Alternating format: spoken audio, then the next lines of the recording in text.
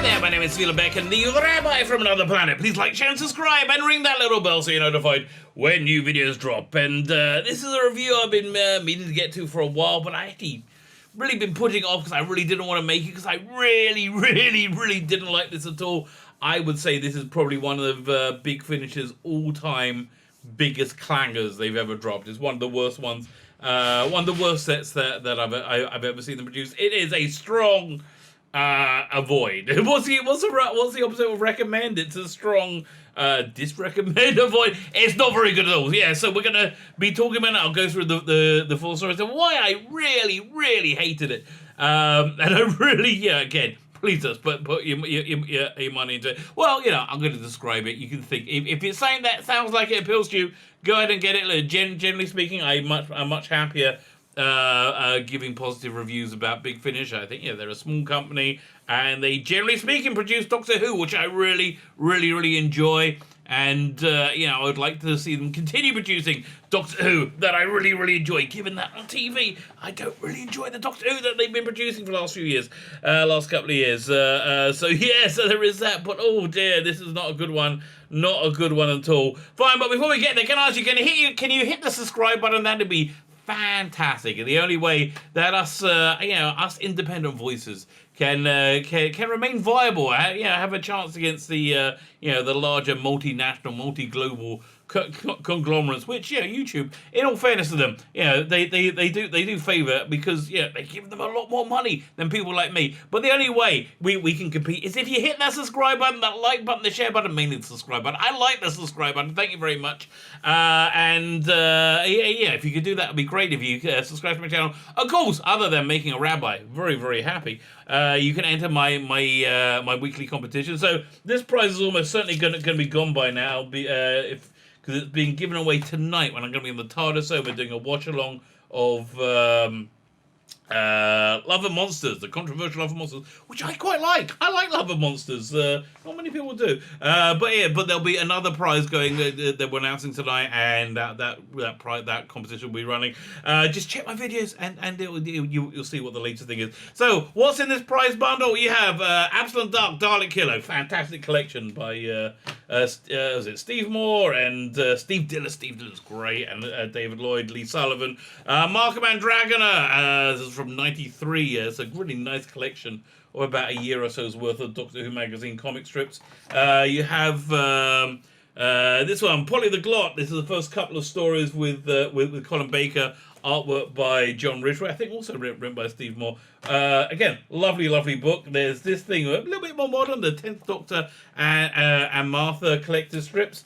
And of course we have Vworp Vworp magazine, which I don't know how I got a spare copy of this, but I got a spare copy of this. It's really good. If you like Doctor Who comics, this is great. People ask me, Leo, if I don't win, can you send me a digital copy? I don't have it, okay? I don't have a digital copy. And even if I did, I don't own it.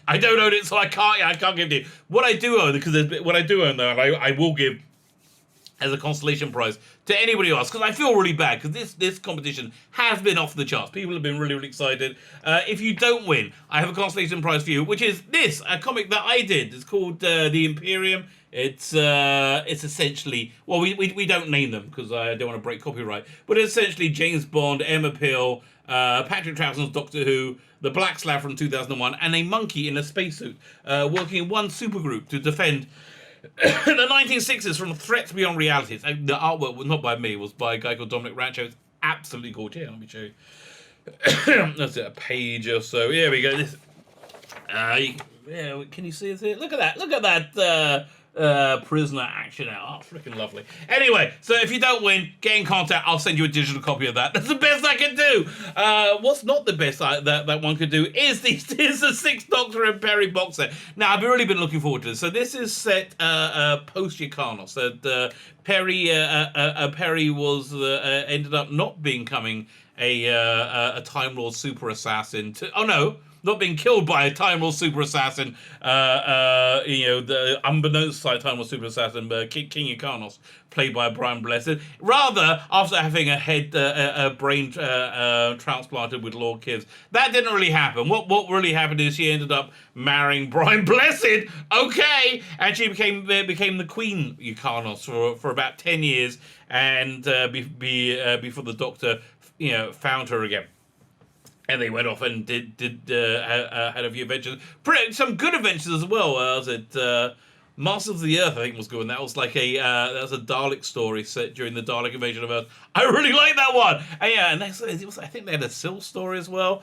So that was really good. So then they said we're going to do a box set of four discs, and I'm like, yeah, great. So my first gripe, and this is a small, silly gripe, is the picture of Nicola Bryant on the cover is like 19-year-old Nicola Bryant. Which, don't get me wrong, I like looking at pictures of 19-year-old Nicola Bryant. Who bloody what red-blooded male doesn't? I am only flesh and blood after all. But again, if she's supposed to be in like her mid-20s or 30s, look, she's a professional actress and has been.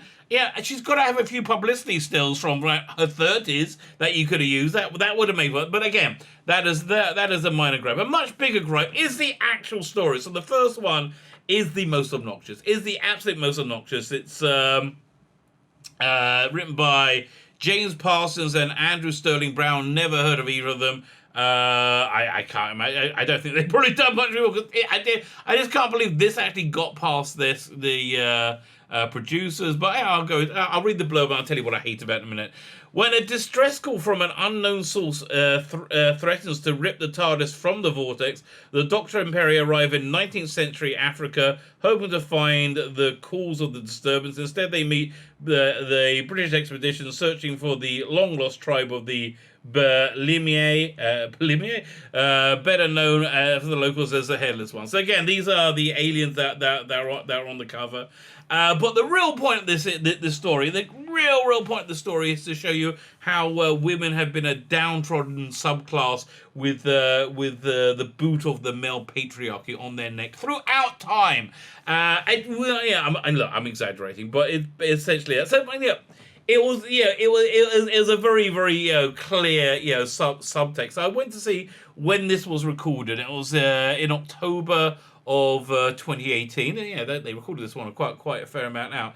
And so I was like, what was going on in the news then? It was basically coming off the whole Brett Kavanaugh being nominated to the Supreme Court, which was an insane freaking time. The guy, there was like no evidence of the guy doing anything, and he was pillared on social media for being a multiple rapist, or again, this with no evidence at all. And it was, I think it did women more just untold damage. Now, that's where the whole thing, you have to believe women come from now. And I think the main result is people just are more suspicious now than they were. So anyway, what I really didn't like about this, it was a 19th century story. I was taking a look at the 19th century world and looking at them from down their nose. So they looking at it as you had this brave, this stunning and brave woman of science who was subordinate to a oafish buffoon man, because that's just a position in life.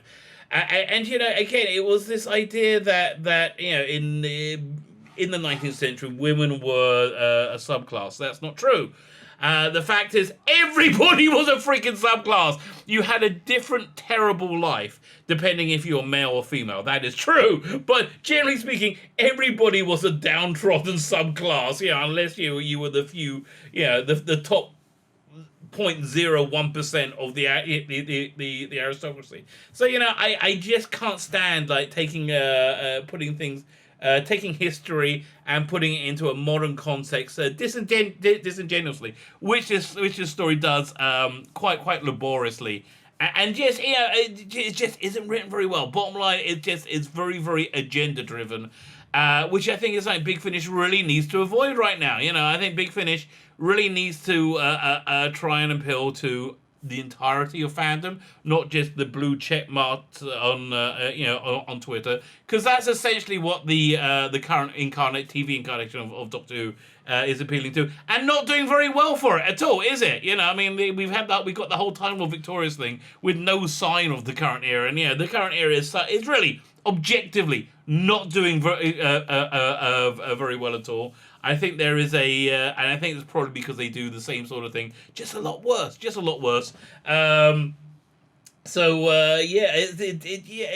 just obnoxious and annoying. For me, this was the most obnoxious and annoying woke release they've done, more so than Stranded, because Stranded is a Paul McGann release, and at least with Paul McGann, you get feeling they have a lot more creative license to define what their Doctor Who is, and they do something a little quite different with that series, Stranded, that hasn't been done before in Doctor Who that I can think of, and I like invention.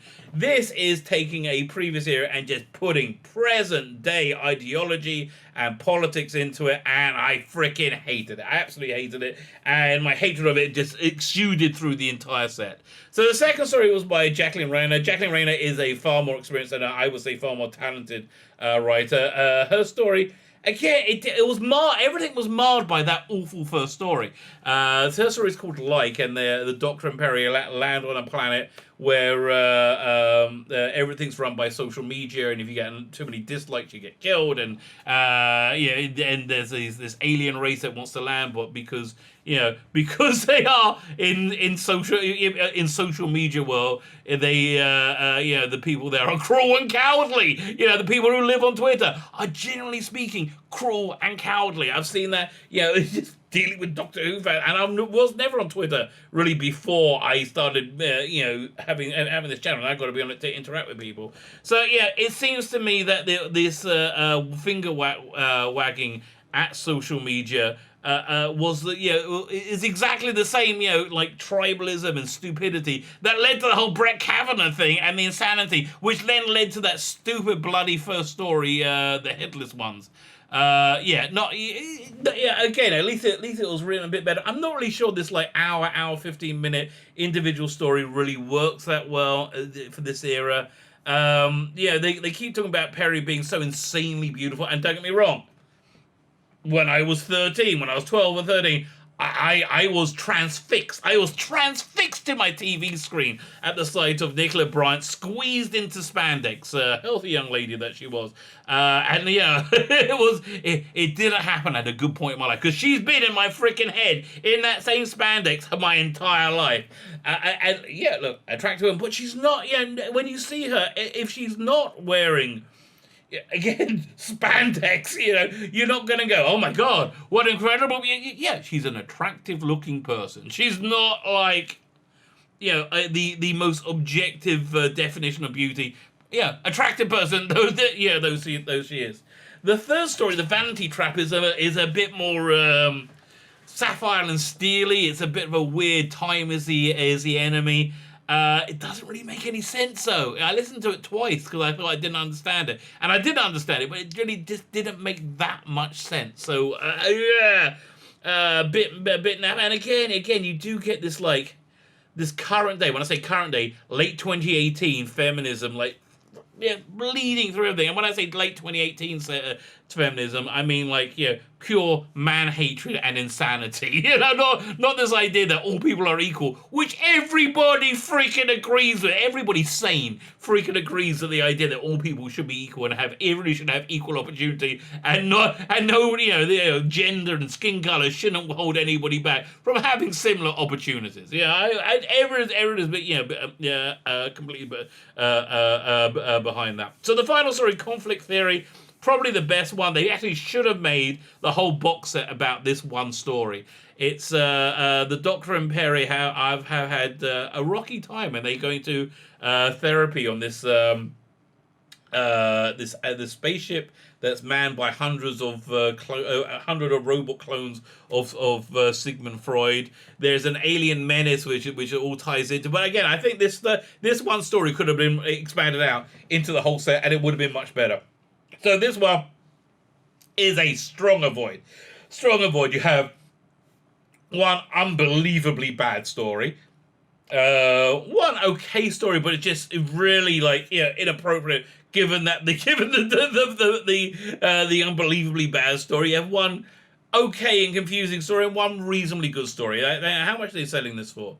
And it's probably going to go up in price. So it's $20 in download, $32 for the physical one. Really, there's so much more you could. There's so much better things you could do with your money than that. Yeah, big strong avoid. I'm terribly sorry. Sorry, Big Finish, you let me down on this one. Let me down so much. They came out with a new set of River Song Series 8, and I'm like, yeah, I'm gonna maybe wait and see on it. It's actually put me off buying their product. It was just a dumb move. Like who worked on this thing? There's so many levels of producers. Okay, Scott Hancock was producing Box Hancock. I like his his work generally I quite like, but here's the problem. Here is the problem, that there is no diversity. There is no diversity working at Big Finish. Everybody is the same blue checkmark Twitterati. They all have the same ideological insanity. They all 100% believe that this guy Kavanaugh was a multiple rapist. I have no doubt whatsoever. And when I listen to the interviews at the end, Colin Baker is just like so smug and full of himself because he's like, oh, I'm such a good person because I highlight the plight of the of the downtrodden women in the world. Oh God, shut up! I couldn't stand it. It's awful. It's absolutely awful. Avoid like the plague. My name is Sheila Beckin, the Rabbi from another planet. Please like, share, and subscribe, and ring the little bell so you're notified when new videos drop.